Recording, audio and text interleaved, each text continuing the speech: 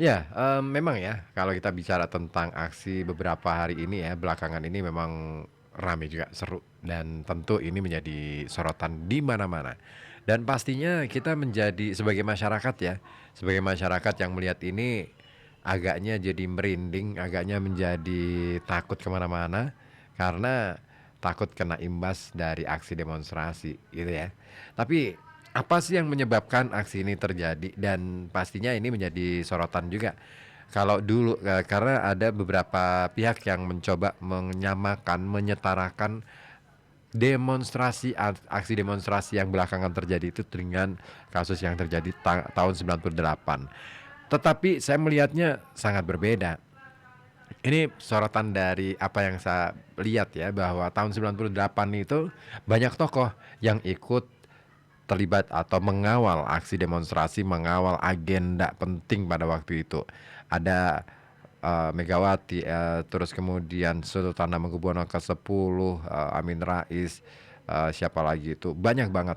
Sampai mereka ini membuat kesepakatan, sering banget bertemu untuk melakukan atau membuat diskusi dan kesepakatan-kesepakatan. Belum lagi tokoh-tokoh seperti Nurholis Majid juga ikut terlibat dalam kawalan itu, dan banyak tokoh-tokoh yang menarik untuk kita cermati. Di kali ini ya, aksi demonstrasi kali ini agaknya tidak muncul nih siapa-siapa yang menjadi tokoh yang ikut mengawal aksi ini. Jadi boleh dibilang masyarakat bergerak sendiri gitu loh. Nah, ini yang agaknya menjadikan akhirnya gampang banget ditunggangin dan lain sebagainya. Nah, makanya beberapa waktu lalu ada yang mengomentari persoalan itu ya. Bahkan tokoh nasional sekelas Nadir Syah Hussein ya. Ini sempat bikin opini di media sosialnya. Judulnya yang dia beri judul, "Kenapa Pemuka Agama Hanya Menjadi Pemadam Kebakaran." Nah, ini menjadi penting ya, menjadi sorotan penting.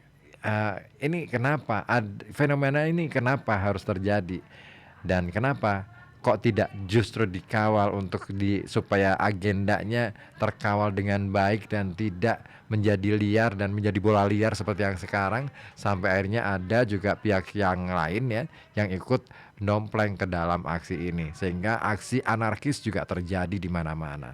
Sangat disayangkan memang aspirasi yang mestinya bisa disampaikan dengan cara-cara yang baik, dengan cara-cara yang uh, menjunjung tinggi prinsip keadilan dan juga menjunjung prinsip kebenaran gitu ya.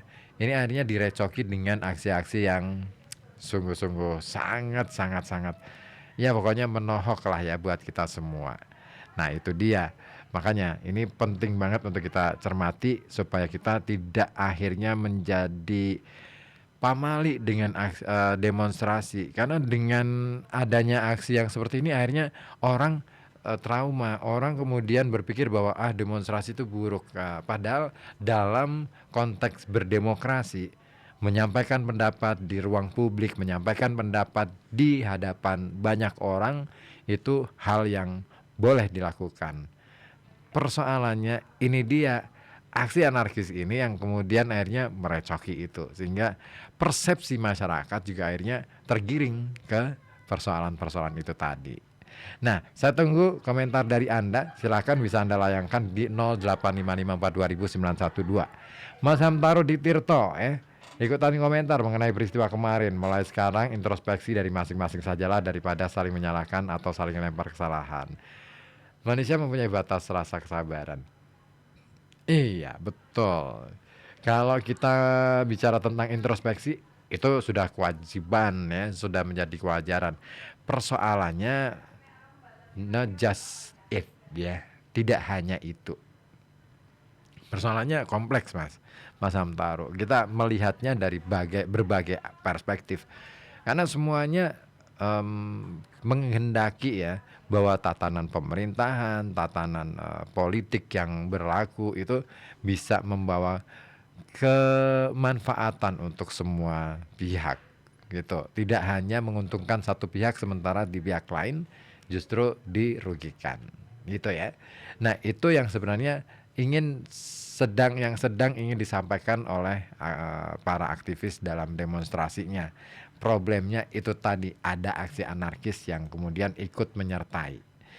Ada Pak Iwan di Api-Api Wonokerto juga ya, gabung kembali dari Iwan di Api-Api Kecamatan Wonokerto, sekedar pandangan tentang demo kali ini soal hati nurani rakyat kok. Karena media info sudah mudah dicari, terima kasih. Oke.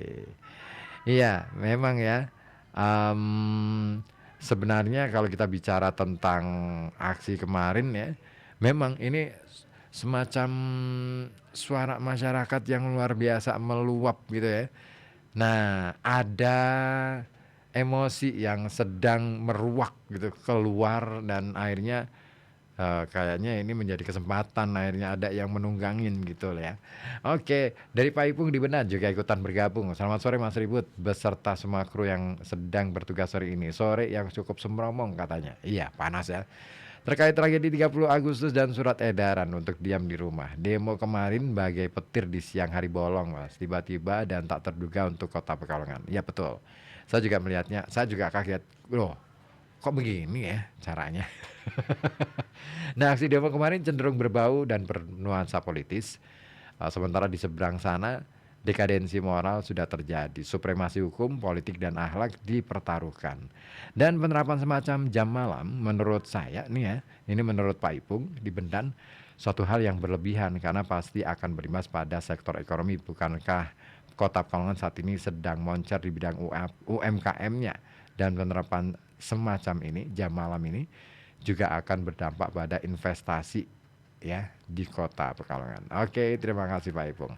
Nah, terkait demo-demoan seperti dikatakan Pak Ipung di Bendan, seyogyanya faktor pendidikan dan perekonomian lebih diutamakan supaya kita bisa cerdas dan bijak dalam menyikapi dinamika masyarakat yang semakin dinamis. Kita tidak kuper gitu. Ya betul. Kita memang perlu ya mengetahui bagaimana sih sebenarnya sistem demokrasi yang baik. Terus kemudian sebenarnya apakah kita memang menjalankan demokrasi atau itu tadi ya. Nah, makanya penting banget untuk kita pahami betul-betul apa yang sebenarnya terjadi. Ada Mas Joy ikutan komen ya, kejadian di Pekalongan sampai bakar-bakar gedung DPRD bahkan gedung wali kota itu menurutku apa ya, yang ku dengar masa itu terprovokasi serta ikut-ikutan yang di sana-sana. Bisa jadi seperti itu ya. Kalau demo kan ada izin dan ada koordinatornya Mas Ribut. Entah itu dari Ormas, apa LSM atau apapun itu. Tapi yang terjadi kemarin sepertinya bukan demo tapi pengerusakan dan penjarahan serta perampokan. Oke. Ya, aksi demo dan ini menarik ya. Jadi kemarin itu kalau saya mencermati ya, saya mengamati perkembangan di lapangan. Sebenarnya aksi demonya sudah selesai, tapi kemudian muncul nih kelompok lain yang ikutan nimbrung gitu. Nimbrung, kelompok ini tidak dikenal siapa mereka, dari mana, entitasnya juga tidak mereka tunjukkan gitu kan, identitas mereka nggak mereka tunjukkan dari kelompok mana. Tiba-tiba main apa ini, anarkis saja nih di tengah-tengah masa. Sementara beberapa masa yang ikut aksi demo pada waktu itu ya, yang saya tahu informasinya dari kawan-kawan yang ikut aktif dalam demonstrasi tersebut, mengatakan bahwa para aktivis demonstran yang sudah menyuarakan apa nih, termasuk aliansi ojol ya, itu uh, cukup dengan menyampaikan orasi di mana, di Stadion Jenderal Hugeng. Sementara aliansi Pekalongan Menggugat itu begitu mulai ada masuk orang-orang yang tidak dikenal dan kemudian mereka berpotensi akan anarkis, itu mereka tiba-tiba apa ya, karena mungkin tidak bisa mengendalikan situasi, mereka akhirnya memilih mundur, menarik diri dan masuk ke kampus. Pada waktu itu mereka menggelar orasinya di kampus. Jadi ada dua agenda yang saya kira juga patut kita lihat secara cermat sehingga kita jadi tahu bahwa oh, situasinya seperti ini. Mas Takim di Ambok Kembang juga ikutan bergabung kembali. Kalau aksi ini lebih ke murkanya rakyat dengan tingkah DPR katanya. Di tengah situasi ekonomi rakyat yang sedang sulit, malah ada berita DPR naik gaji 3 juta ditambah tunjangan rumah dinas juga. Gitu ya. Nah, kalau terkait orang-orang yang menjarah rumah pribadi itu karena marah dengan ucapan-ucapan oknum DPR itu sendiri yang seharusnya tidak boleh diucapkan. Karena mereka kan pejabat publik ya, dan dilihat banyak masyarakat, malah mereka mengucapkan kata-kata yang seakan-akan merendahkan dan menentang atau menantang rakyatnya sendiri. Nah, ini dia. Nah, ini benar nih apa yang dikatakan oleh Mas Hamtaro tadi ya. Ya, kita introspeksi bersama deh. Ya, betul. Sebagai pejabat publik, kita punya ya, mestinya juga menjaga cara kita berkomunikasi. Ya, seperti komentarnya Agnes Mo ya, yang diunggah di Instagramnya. Menarik juga, tadi saya sempat baca bahwa salah satu yang memicu terjadinya aksi demonstrasi hari, belakangan ini ya, ini juga dikarenakan komunikasi yang buruk kata dia, kata Agnes mereka, yang dilakukan oleh para pejabat publik ini. Nah, ini memang benar sih, kalau saya sih ngelihatnya komunikasi publik itu penting banget dilakukan secara cermat dan ya bolehlah katakanlah misalkan kalau misalkan mau gaya-gayaan seperti ya ibarat kata pingin memperlihatkan, saya justru pinginnya ngelihat para pejabat ya, kalau saya pribadi ya, pinginnya ngelihat pejabat-pejabat publik itu punya kecerdasan ketika ngomong di hadapan publik. Iya, itu penting banget. Jadi mereka bisa mengontrol emosinya, terus kemudian ngomongnya juga enak didengar dan meyakinkan bahwa dia adalah seorang figur yang patut untuk dihormati. Contoh ya, yang saya lihat itu adalah Bung Karno misalnya. Wah, itu keren banget kalau itu. Terus siapa lagi ya di Indonesia yang saya lihat gaya bicaranya juga asik? Muhammad Hatta. Ki Hajar Dewantara juga keren ya, ketika berorasi beliau juga menyampaikan beberapa poin yang saya kira juga cerdas, cermat untuk di apa ya, dicerna. Nah, itu asik banget. Sehingga kita ikutan pinter gitu loh. Bukan kemudian berlawanan arus. Enggak gitu. Enggak gitu. Kalau saya sih pejabat publik mestinya enggak berlawanan arus dengan masyarakatnya, tetapi mengajak masyarakatnya cerdas berpikir. Itu baru pejabat publik gitu.